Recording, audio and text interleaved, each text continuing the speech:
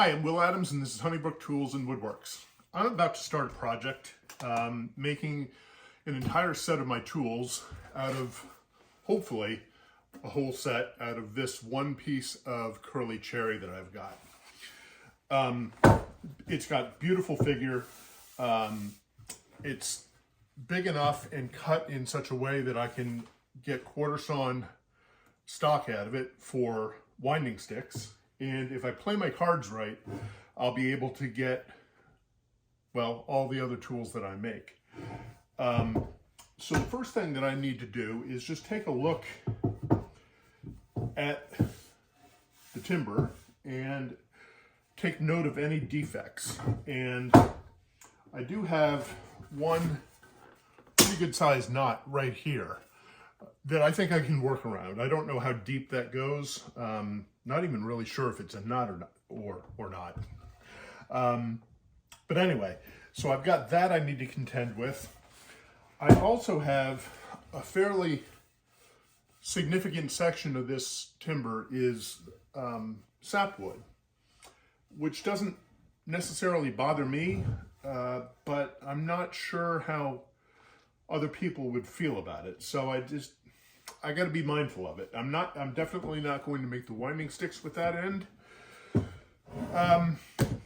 But if I look down here, it is pretty well, if I orient it like this, it's pretty well quarter sawn if I cut it like this.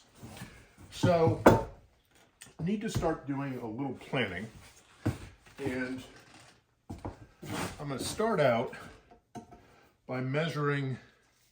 I'd like to make a set of 18-inch winding sticks, and so that brings me down to here.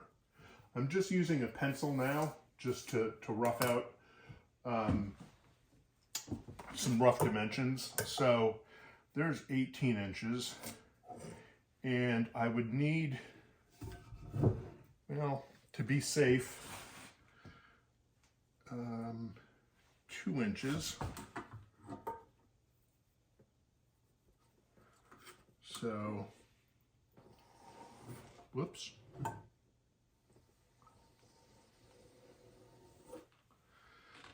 right, so that would be my winding sticks. 2 inches that way, and then 2 inches this way.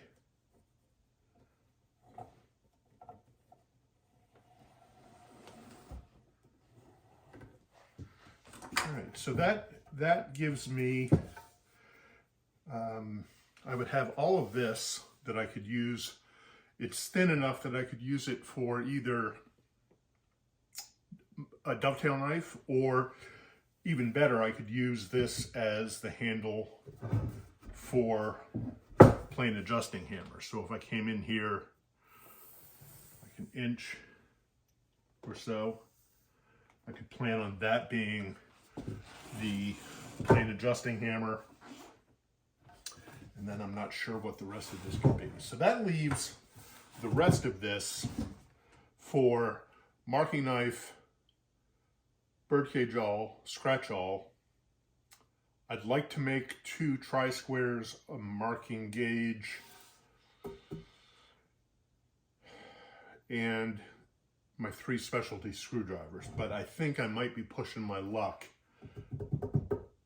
trying to do all that out of this one timber. So what I'm going to do is gotta go out into the barn to do this. I'm going to go cut this piece right here to give me a good idea of what I'm going to have left to work with. And then I will rough out the blanks for the winding sticks. So I'll be right back. Okay, so I'm at the table saw today. Normally a cut like this I would make on the bandsaw, but I'm awaiting delivery of a blade for the bandsaw because I hit a nail with the existing blade. So I'm just going to rip this. I've labeled the block just so I can keep my head straight. So this will be the top of the winding sticks. This will be the face of the winding stick. So I'm going to have to make a couple of different cuts. But to begin with, I'm going to rip this all the way down, And that will give me one big blank that I can make the two smaller winding stick blanks from. So I got my ear protection in. I'm going to turn on the dust extraction, and I wear a face shield.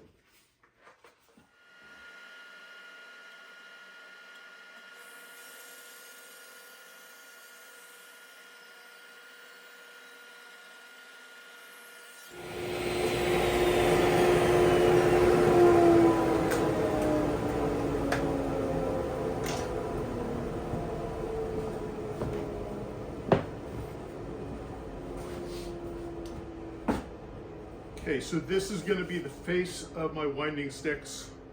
This will be the top.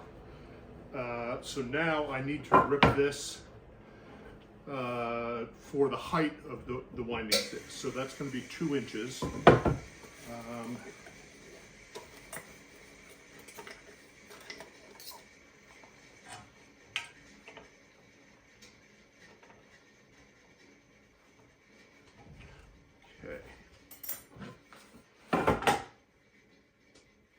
Just double check.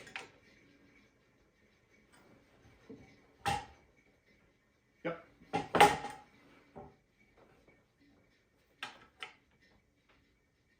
Okay, on with the dust extraction again.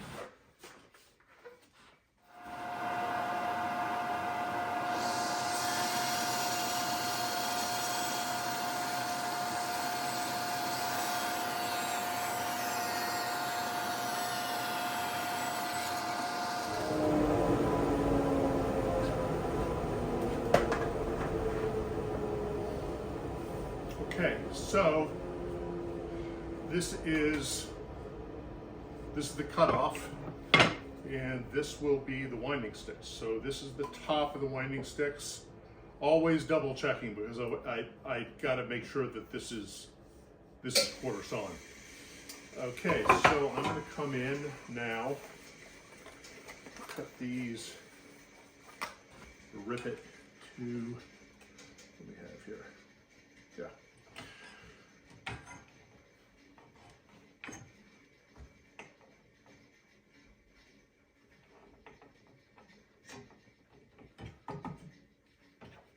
All right.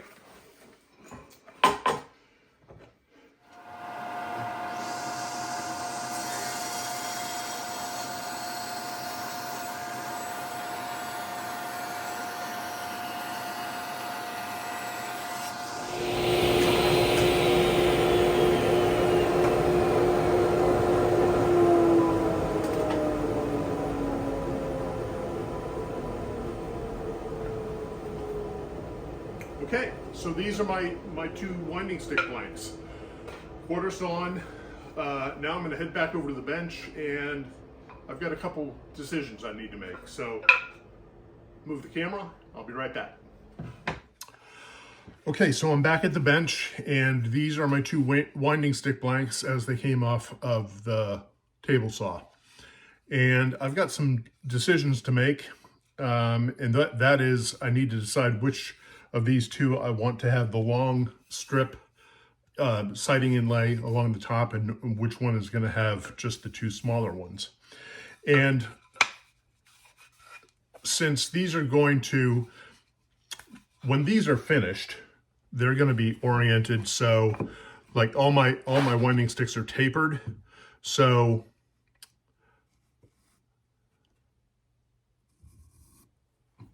very rough approximation, but this is how they're going to face. So this will be the face of one, this will be the face of the other, and when you store them, they'll come together like this. And the grain is, because it's pretty much book matched, the grain is pretty similar. It's not always the case. Sometimes I cut them, and the grain or the color might be such that one would be better suited for having the long strip and the other would be better suited for the others. In this case, I don't think it makes a difference. So I always just come in, draw a line down there to let me know that that one is going to receive the the long siding inlay and then 2 X's on this one to show that this is going to have the other inlays. And I'm just, as I'm looking at this, I don't know that the camera's going to pick up on it, but there's just some really beautiful curl to this. And once they're finished, they'll be gorgeous. They'll take shellac very well.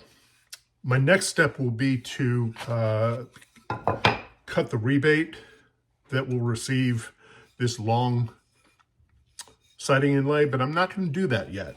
And the reason I'm not going to do that is, even though this the large piece that these have come from have been sitting in the shop for, I don't know, maybe 2 months, and the whole piece is acclimated to the shop, wood moves. When you cut it, you know, if there's any tension in the wood, that gets released. And I'm going to let these sit probably over the weekend at least, to make sure that they don't move. And if they do move, I need to address that before I start doing the inlays. So that's the first part of me building a whole set of tools out of this piece of curly cherry. I hope you enjoyed this. If you did, I hope you'll click the like button. And if you haven't already, please subscribe to my channel.